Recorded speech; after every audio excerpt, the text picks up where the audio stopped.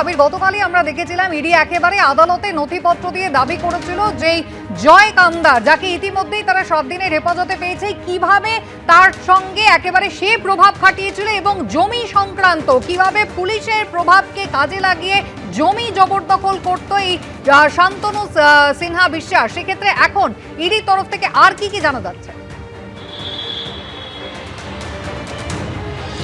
দেখো, গতকাল আমরা দেখেছি যে অভিযুক্তকে যখন এই জয় এস কামদারকে আদালতে পেশ করা হয়, ইডির তরফ থেকে যা বক্তব্য রাখার সওয়াল জবাবে তারা রাখেন, কিন্তু তারা যে নথি জমা দিয়েছেন আদালতে, যেটা সূত্র মারফত জানা যাচ্ছে, সেখানে কিন্তু শান্তনু সিনহা বিশ্বাসের সঙ্গে এই যে জয় এস কামদারের একটা ঘনিষ্ঠতা, এবং এই ঘনিষ্ঠতা শুধুমাত্র সম্পর্ক তাদের মধ্যে ভালো ছিল এমনটাই নয়, ব্যবসায়িক সম্পর্কও কিন্তু গড়ে উঠেছিল, সেটাও কিন্তু স্পষ্ট মনে করছেন ইডির আধিকারিকেরা। কেন?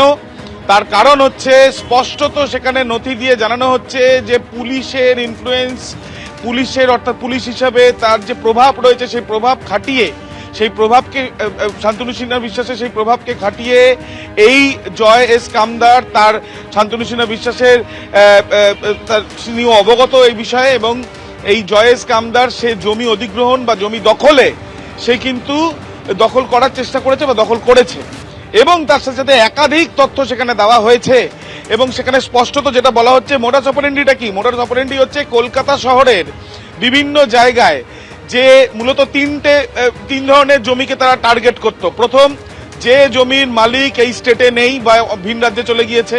দ্বিতীয়, যে জমির একাধিক মালিকানা রয়েছে এবং সেটা নিয়ে জটিলতা রয়েছে। এবং তৃতীয়, ভাড়াটিয়া জনিত কোনো জটিলতা যদি থাকে কোনো জমি, তাহলে সেই ক্ষেত্রে এই জমিগুলোকে টার্গেট করে সেগুলোকে অ্যাকোয়ার করে নেওয়া, এবং সেটা কখনো পুলিশে কমপ্লেন করে ভয় দেখানো, বা কখনো পুলিশের মাধ্যমে সেখানে পাঠিয়ে যারা মালিক বা মালিক বলে দাবি করেন তাদের সঙ্গে আইনি পদক্ষেপ নেওয়ার হুমকি দেওয়া।